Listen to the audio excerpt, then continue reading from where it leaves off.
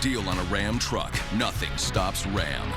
During the Ram Make This the Summer event, get 15% below MSRP for an average $13,300 below MSRP on the 2026 Ram 1500 Limited.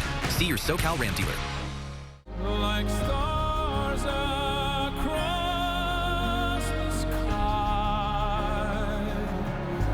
we were born to shine.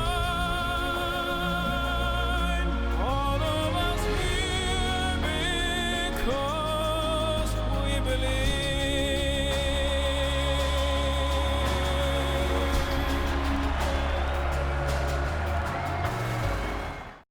This is Eyewitness News with live breaking news. Breaking now on Eyewitness News at 6 o'clock, a deadly police shooting in a Simi Valley neighborhood, leaving one person dead. We're gathering more information about the shooting that followed a crash with a motorcycle officer. Plus, a mental health crisis turning deadly as officers opened fire in Irvine. What we know so far about the moments before gunfire rung out. Hello, I'm David Ono. I'm Giovanna Lotta. You're watching Eyewitness News at 6, live on ABC 7, Disney Plus, and everywhere you stream. We'll have more on that breaking story out of Simi Valley in a moment, but right now we're getting new details about a deadly police shooting in Irvine. Irvine police say officers shot a man who came at them with a knife. You can see the knife highlighted in this Air 7 video. We've just learned that 20-year-old man has died. This happened in Irvine's Turtle Rock neighborhood. Police tell Eyewitness News the man was experiencing a mental health crisis, threatening to take his own life, and he called 911. An officer suffered minor injuries. Police say they have been called to this home before. And they have the suspect down and in custody. A man wanted for a reported armed road rage incident earlier this month in Santa Monica, taken into custody today in Montebello. Investigators located the man in the San Fernando Valley area. He drove off, leading CHP on a dangerous pursuit. Detectives say this incident is not related to Monday's murder investigation at a Santa Monica Pier parking lot.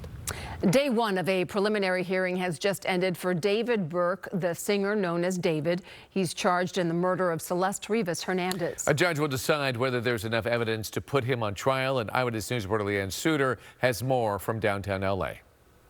A graphic day of testimony centered around David's impounded Tesla and the dismembered and decomposing body of Celeste Rivas Hernandez found inside as prosecutors lay out part of their case against the singer.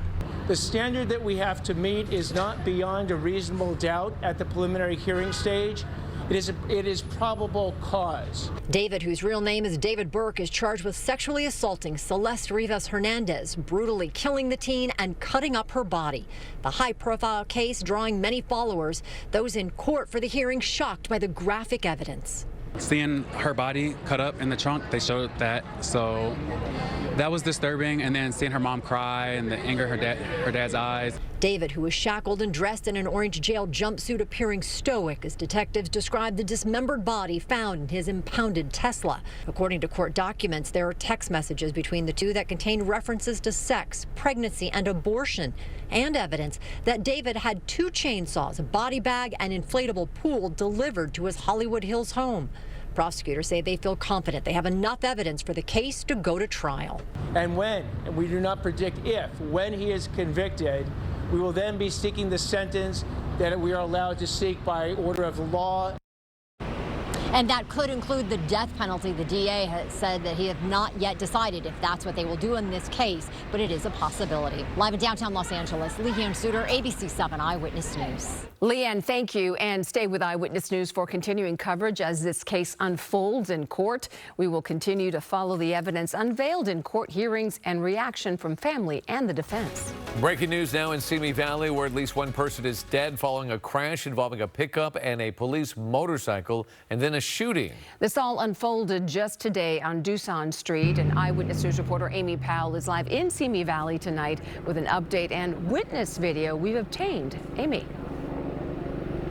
Well, that's right, Giovanna and David. And just moments ago, we received much more information from Simi Valley Police about exactly what happened here, what led to this shooting here in Simi Valley. You can see the police scene on the street just about half a block from where we're standing here. We're on the 2500 block of Dusan Street. Now, what police say is this all started around 8 this morning when police were sent to respond to a domestic violence and assault call. Now, the suspect who lived at the home here on Dusan Street took off and apparently told family members that if he encountered police officers, there would be a shootout. That, again, is what he told his family members. So, again, that person took off, that suspect took off.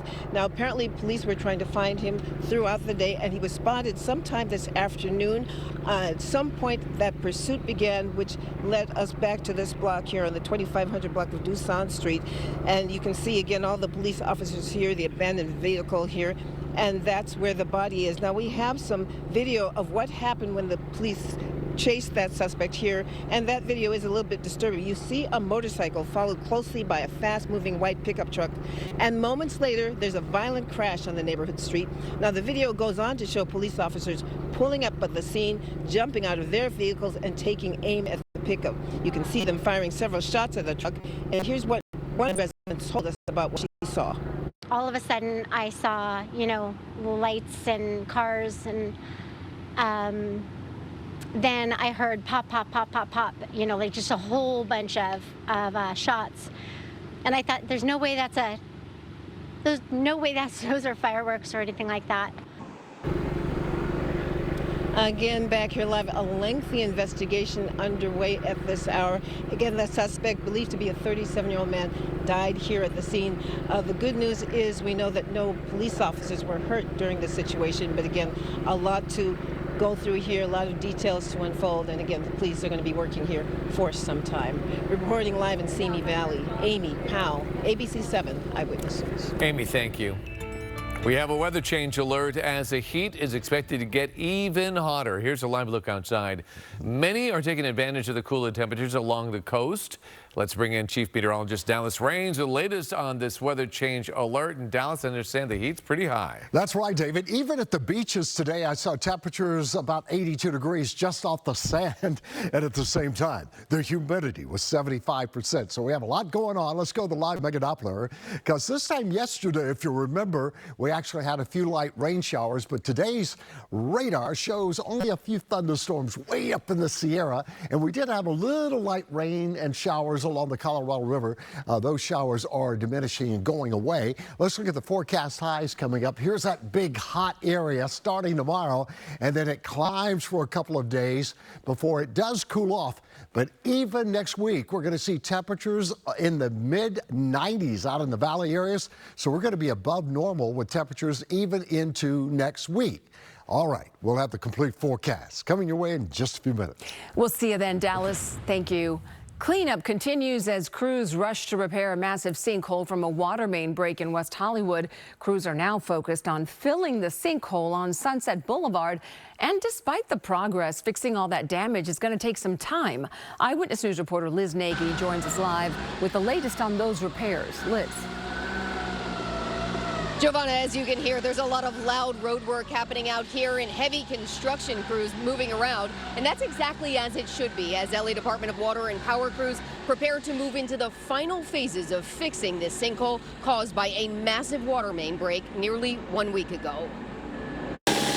A pair of pavement saws sliced through the broken surface of Sunset Boulevard, making a clean cut in preparation for a fresh start to this badly damaged strip of road. We made a lot of progress completing our slurry backfill. On day 6 of round-the-clock work, LA Water and Power repair crews finally began to close the gap that sprung open under the weight of millions of gallons of water last Thursday, buckling the pavement. I saw the cement trucks this morning on the way to work, and I thought, oh, they're going to fill the hole. Then I was like, there's no way that hole was too big for just cement, but clearly that's what they did. While a freshly laid slurry mixture solidifies beneath the surface, crews from other agencies are testing water quality and making repairs from other collateral damage. They can work while the material dries. The crews will be out saw cutting the street and prepping and creating a fresh edge for the final paving to go in for the street. They'll be removing any of the damaged concrete and asphalt that's still remaining in preparation while the slurry cures overnight. As crews prepare to finally reopen Sunset to traffic, downhill businesses are just beginning to get an idea of the damage left behind by millions of gallons of water. The family-owned West Hollywood institution Dialogue Cafe still doesn't know when they'll be able to reopen. She started this place with my dad, and they spend every single day of every single minute together in this place. And I'm sure for her to see it like this it's very challenging. Now, some of the other residents who've been impacted by this water main break are also beginning to move on. We're told cars are still being towed from underground parking garages at apartment complexes just down the hill. Here at the intersection of Sunset and Holloway, there are a lot of moving pieces right now. Excavators are ripping up the broken pieces of pavement, and just off to my right over here, there's another crew working to repair the traffic light. LADWP is again still hoping they'll be able to open this strip of Sunset Boulevard, hopefully by Friday at the latest. We're live in West Hollywood. Liz Nagy, ABC 7 Eyewitness News. Yeah, fingers crossed for that whole community, Liz. Thank you for that report. In Tarzana, a massive neighborhood mansion party was shut down by the LAPD overnight. Witnesses say a large fight also broke out among the crowd of up to 2,000 people.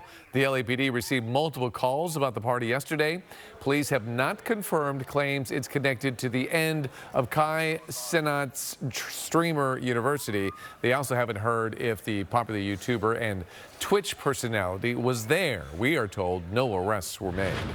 The company that runs the burned out warehouse in Boyle Heights has until midnight tonight to report on odor control and other measures at the site. The South Coast Air Quality Management District today issuing its 10th notice of violation against Lineage Logistics.